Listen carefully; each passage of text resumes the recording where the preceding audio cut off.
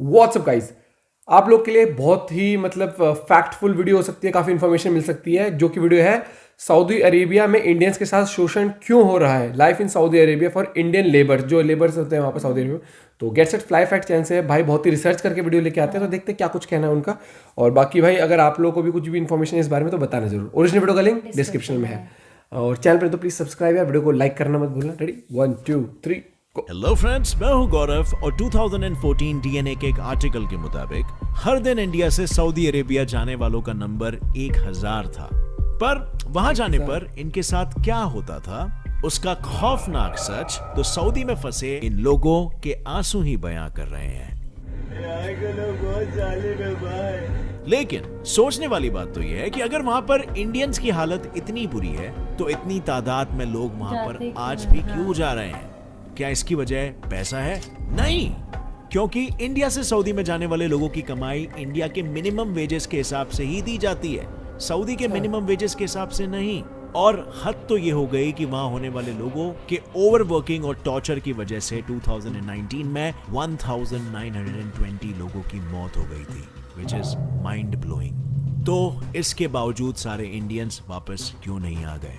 मतलब जब वहां पर ना आपके पास पैसा है, ना आपके पास टाइम है, ना आपकी कोई लाइफ है, ना ही वर्किंग कंडीशन अच्छी है, तो रुकने की वजह क्या है? और आखिर आप और मैं क्या इनकी मदद कर सकते हैं? अगर हाँ तो कैसे? चलिए जानते हैं हमारी आज की इस वीडियो में, जिसका टाइटल है life in Saudi Arabia for Indian labours.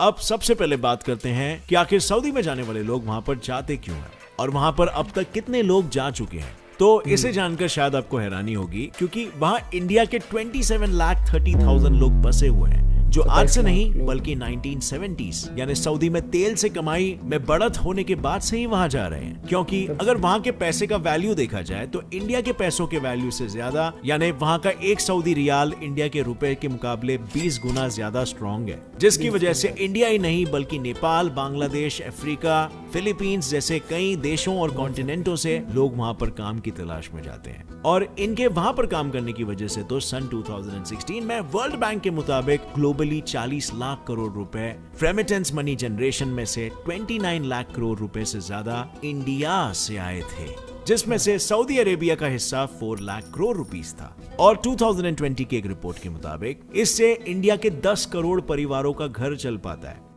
वहीं अगर हम बात करें अनएम्प्लॉयमेंट की, तो इंडिया में भी आज की तारीख में अनएम्प्लॉयमेंट घटा जरूर है, बट फिर भी इंडिया में आज भी 6.9% अनएम्प्लॉयमेंट है, जिसके चलते लोग सऊदी में काम की तलाश करने खींचे चले जाते हैं। और अब बात करते हैं कि लोगों को इंडिया से सऊदी कैसे लेकर जाया जाता है। अब वैसे तो सऊदी अरेबिया के किंग फैसल ने 1962 में ही अपने देश से गुलामी का नामो निशान मिटा दिया था, लेकिन आज भी सऊदी अरेबिया में जाने वाला हर एक इंसान, और फिर चाहे वो मैनेजर हो या ड्राइवर, सऊदी के लोगों का लिखा पढ़ा गुलाम यानी बॉन्डेड लेबर ही होता है, जिसकी किस्मत मानो सऊदी पहुंचने से पहले ही ना मिटने वाली स्याही से लिख दी जाती है। क्योंकि कफाला सिस्टम यानी जिस सिस्टम के तहत सऊदी में दूसरे देशों के लोगों को काम मिलता है, यही सिस्टम इन लोगों की गुलामी की वजह बन जाता है। अब कफाला को अगर आसान भाषा में मैं आपको समझाऊं तो ये एक तरह का स्पॉन्सरशिप सिस्टम होता है, जिसमें हर एक इंसान के लिए करीबन 2 लाख रुपए गारंटी भरकर उन्हें सऊदी ले जाया जाता है।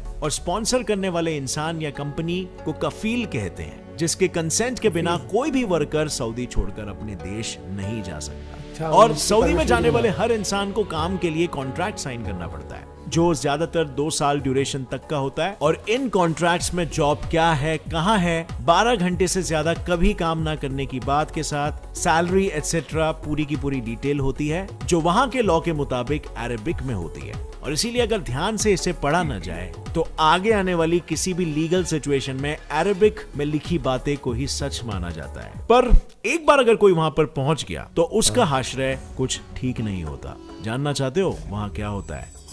इंटरनेशनल लेबर ऑर्गेनाइजेशन के मुताबिक आज सऊदी अरेबिया में कुल मिलाकर 250 लाख आदमी, औरत और बच्चे हैं जो वहां जबरदस्ती काम करने पर मजबूर है, और जिन्हें वहां पर इंसानों की तरह ट्रीट तक नहीं किया जाता है। मतलब यहाँ से ले जाकर इन्हें 10 बाय 10 के छोटे से रूम में एक इंसान को नहीं, एक साथ 10-10 लोगों को ठूसा जाता है। और जैसे मैंने बताया था, इन्हें 8 घंटे के काम और 12 घंटे के ओवरटाइम के नाम पर लेकर जाने के बाद इनसे वहां पर 15 से 18 घंटे काम करवाए जाते हैं, वो भी बिना छुट्टी के। लेकिन इन बेचारों से सिर्फ इनकी हफ्ते की एक छुट्टी नहीं छीनी जाती, इन बेचारों से उनकी 21 दिन की सालाना छुट्टियां, मेडिकल लीव्स भी छीन ली जाती है और इन्हें बस भेड़ बकरियों की तरह ही काम पर काम करवाया जाता है। और ये सारे ही वर्कर्स काफाला सिस्टम के शिकार होते हैं, जिन्हें घंटों बिना किसी आराम और बिना छुट्टी के काम करवाया जाता है, क्योंकि कई बार उनसे उनके पासपोर्ट तक छीन लिए जाते हैं और यहाँ तक कि उनके साथ फिजिकल और सेक्सुअल अब्यूज भी होता है। जैसे हैदराबाद से सऊदी पहुंचने वाली ज़ैनब बेगम का कहना है कि वहां पर उन्हें चप्पलों से मारने के साथ साथ उन्हें अपने घर पर कॉल करने तक की इजाजत नहीं थी और ज़ैनब की तरह वहां पर जाने वाली बहुत सी फीमेल वर्कर्स के साथ ऐसा ही सुलूक हुआ था। ना उन्हें बात करने की आजादी दी जाती है और ना ही उन्हें कहीं आने जाने की। और कई बार इन बेचारी औरतों को ऐसे काफिल मिल जाते हैं कि वो इन्हें सालों तक पैसे नहीं देते और इनके पासपोर्ट एक्सपायर होने की वजह से ये इंडिया तक नहीं लौट पाते। हालांकि देखा जाए तो कानूनी तौर पर काफिल या कोई भी इंसान इन लोगों से इनके पासपोर्ट नहीं छीन सकता, पर अनजान शहर में काफिल पर भरोसा करके ये उन्हें अपना पासपोर्ट दे देते हैं, जो बाद में इन्हें लौटाया नहीं जाता। यही वजह है कि ये लोग ना चाहकर भी बिना पासपोर्ट के सऊदी में रुकने के अलावा कुछ नहीं कर पाते। अब हालांकि सऊदी के इन जुल्मों की कहानियां दुनिया तक पहुंचने के बाद सऊदी ने मार्च 2021 में लेबर रिफॉर्म्स के तहत वर्कर को अपनी मर्जी से अपना जॉब चुनने और अगर कोई तकलीफ हुई तो सऊदी छोड़कर जाने के लिए एग्जिट परमिट रिक्वेस्ट करने की सहूलियत दे दी थी। पर फ्यूचर में ये चीजें कितनी फॉलो होगी ये देखना ये वाली बात बाकी है। लेकिन इतने अत्याचार के बाद आपको क्या लगता है भाइयों, उन्हें कितने पैसे मिलते होंगे? और आज यूपी से सऊदी जाने वाले 26% इंडियन लेबरर्स वहां क्यों जाते हैं? तो देखो, इंडिया से सऊदी जाने वाले लोगों की वेजेस इंडिया के लोगों जितनी कम नहीं होती, लेकिन ये इंडिया के दिए हुए मिनिमम वेजेस के हिसाब से ही तय होती है और ना कि सऊदी के मिनिमम वेजेस, जो कुछ इस तरह है, जिसमें हर महीने उन्हें दिरहम के हिसाब से पैसे दिए जाते हैं। पर 2004 में पाए गए ह्यूमन राइट्स वॉच के रिपोर्ट के मुताबिक 16 घंटे काम करने वाले इंसानों को 10,000 रुपए तक नहीं मिलते थे। और अब तो सऊदी की गवर्नमेंट जो लोगों को अपने देश में टैक्स फ्री काम करने देती थी, उसने वहां काम करने वालों पर हर महीने 100 सऊदी रियाल भरने का लॉ भी पास कर लिया है, जिसके चलते हर महीने अपनी कमाई में से इन लोगों को 2,000 से 2,500 रुपए तक सिर्फ टैक्स भरना पड़ता है। और तो और कई वर्कर्स का तो ये तक कहना है कि उन्हें वहां महीनों तक वेजेस नहीं मिलते। नहीं मिली 3 महीना से हमको मिला नहीं, पर तुझे अभी कहाँ से मिलेगा जल्दीबाजी में। और हालातें यहाँ तक बिगड़ चुकी है कि उन्हें पैसे चाहिए तो काम करते रहने के लिए धमकाया जाता है। तो इसके बावजूद वहां पर जाने वालों की गिनती घट क्यों नहीं रही है? आखिर क्यों यूपी और बिहार जैसे रूरल एरिया से लोग सऊदी जा रहे हैं? वेल फ्रेंड्स, सच बताऊं तो इसकी दो वजह। एक ये है कि इन्हीं जगहों पर ज्यादा पॉपुलेशन के साथ साथ ज्यादा अनएम्प्लॉयमेंट भी है और वेजेस बहुत ही कम है बिकॉज ऑफ कंपटीशन। जैसे पहले यूपी के जगह केरला से सऊदी जाने वाले लोगों की गिनती बढ़ी हुई थी, लेकिन वहां पर वेजेस के बढ़ने के बाद अब वहां से जाने वाले लोगों की गिनती कम हो गई। इसकी दूसरी वजह यह है कि वहां जाकर लौटे कई गरीब लोगों की हालत आने के बाद सुधर गई है, जिसे देखकर दूसरे भी अपनी गरीबी मिटाने के लिए वहां जाना चाहते हैं। पर उन्हें कोई ये नहीं बताता कि वो गरीब सऊदी में कैसी जिंदगी गुजार कर रहा है। पर ये सोचो कि अगर ऐसे हालातों में इन बेचारे इंडियंस के ऊपर कोई केस हो जाता तो क्या होगा? वेल, ज्यादातर इंडियन सऊदी की जेल में हुरूब यानी अपने काफिल से भागने के झूठे केसेस के चलते ही सड़ते हैं। और ऐसे में किसी से सीरियस क्राइम हो जाए या कोई सीरियस क्राइम के झूठे झमेले में फंस जाए तो उसे कोई नहीं बचा सकता, क्योंकि वहाँ इंडियंस को ना ही कोर्ट में कोई लीगल मदद मिलती है, ना ही जजेस उनकी बातों का भरोसा करते हैं। वह हालात इतने बुरे हैं कि इंडियंस को टॉर्चर करके उन्हें मार पीट कर उनसे कन्फेशन पेपर्स पर साइन करवा लिया जाता है और इनकी मौत की खबर तो खुद इन बेचारे इंडियंस को नहीं दी जाती। और सबसे बड़ी बात तो यह है कि इंडियन एम्बेसी के एक डिप्लोमेट का खुद ये कहना है कि इंडियन लोगों को डेथ सेंटेंस देने के बाद तक उन्हें रिपोर्ट नहीं किया जाता। मरने के बाद उनकी बॉडीज तक उनके परिवार को नहीं दी जाती और वो बॉडी कहाँ दफन है ये तक नहीं बताया जाता। तो मतलब इंडियंस को अपने काबू में रखने के लिए जब एक कफील उनके भागने की झूठी कहानी बना सकते हैं तो ये शायद उन्हें बाकी के केसेस में भी डाल सकते हैं। पर ऐसे में तो इंडियंस की जान चली जाएगी, है ना? लेकिन अब इंडिया के लोगों के सऊदी में जाकर शांति से जीने और जैसे तैसे पैसे कमाने में एक और एक बड़ी सी बाधा आ चुकी है। और इस बाधा का नाम है साउदीजेशन, यानी जो इंडियंस यहाँ से सऊदी जाकर प्राइवेट सेक्टर में काम करते थे और जिस फील्ड में 90% वर्कफोर्स दूसरी कंट्री की थी, उस फील्ड में भी सऊदी के लॉ के मुताबिक सऊदी के लोगों को ही लिया जाएगा, जिसने 2003 के कानून के मुताबिक हर 20 और 20 से ज्यादा एम्प्लॉइज वाली कंपनीज को 30% एम्प्लॉइज तो सऊदी के ही लेने कंपलसरी कर लिए। और फिर 2011 के लॉ के मुताबिक सऊदी के ज्यादातर लोग जो हाई पे और बेटर बेनिफिट्स के लिए गवर्नमेंट जॉब्स ही करते थे, उनमें से 10% सऊदी के लोग प्राइवेट सेक्टर में काम करने चाहिए थे। और जो कंपनीज इनके रूल को फॉलो नहीं कर रही होती, उन्हें गवर्नमेंट कॉन्ट्रैक्ट्स नहीं दिए जाने की अनाउंसमेंट्स तक कर दी जाती। और इन्हीं सब वजहों के चलते 2015 के मुकाबले 2016 में 46% इंडियन लेबर के इमिग्रेशन में डिक्लाइन हुआ था, क्योंकि सऊदी लोकल्स के बिजनेस में घुसने के बाद कई सारे इंडियंस की जॉब चली गई थी।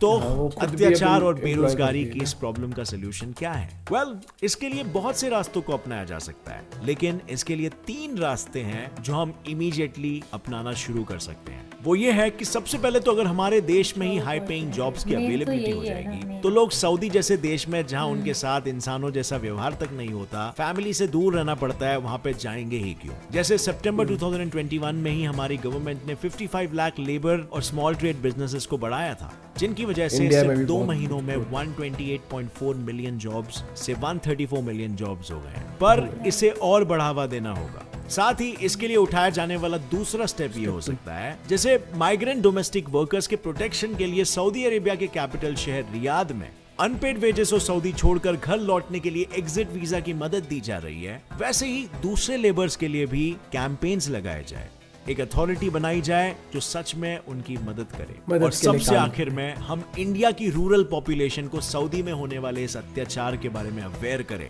ताकि उन्हें एटलीस्ट पता चले कि बाहर से भले ही सऊदी अरेबिया तेल और लग्जरी का भंडार दिखता हो, पर उसके अंदर का सच कुछ और भी पता हो।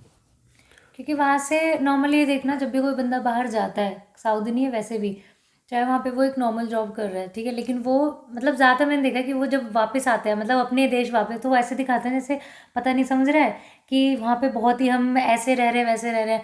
थोड़ी सी भी रियलिटी बताओ कि भाई वहाँ पे ये भी, नो डाउट तुम्हें ये बताओ कि हाँ भाई वहाँ पे मुझे इतनी अपॉर्चुनिटीज मिले, लेकिन उसके साथ साथ इश्यूज क्या क्या, अगर उनसे भी अवेयर कराए। सबसे बड़ी दिक्कत है कि जो लेबर जाते हैं ना वहाँ पर, उनके साथ मतलब जो भाई ने बताया बहुत कुछ है, क्योंकि वो था इंटरनेशनल लेबर ऑर्गेनाइजेशन ने भी बताया उस बारे में, क्योंकि वो जब वहां तक बात पहुंचती तो कुछ ना कुछ गड़बड़ होती है, तभी उन्होंने रिफॉर्म्स लाने की कोशिश भी करी 2021 मार्च में बताया। लेकिन वही भाई ने जो बात करी, गौरव भाई ने, कि ये कितने कामयाब है, कितना इन पे अमल करा जाएगा लॉन्ग टर्म। क्योंकि क्या होता है, देखो आप हाई पेइंग जॉब पे जा रहे हो, बहुत अच्छे मैनेजर काइंड ऑफ जॉब पे जा रहे हो, या आप इंजीनियर हो, तो आप ऑलरेडी उस लेवल पे जा रहे हो कि आप रिस्पेक्टेबल जॉब है आपकी बहुत। लेकिन जब एक आदमी मिनिमम वेज जो इंडिया में जो होती है उस हिसाब से वहाँ सैलरी मिल रही है, लेबर क्लास, भाई क्या ही राइट्स मिलेंगे उसको, क्या ही राइट्स मिलेंगे। और प्लस जब दिखाया है कि कमरे के अंदर 4-4, 5-5, 6-6 लोग, क्योंकि नॉर्मली बंदा यही चाहता है कि मतलब वहाँ जाऊंगा, पैसे कमाऊंगा, घर वालों की हेल्प होगी।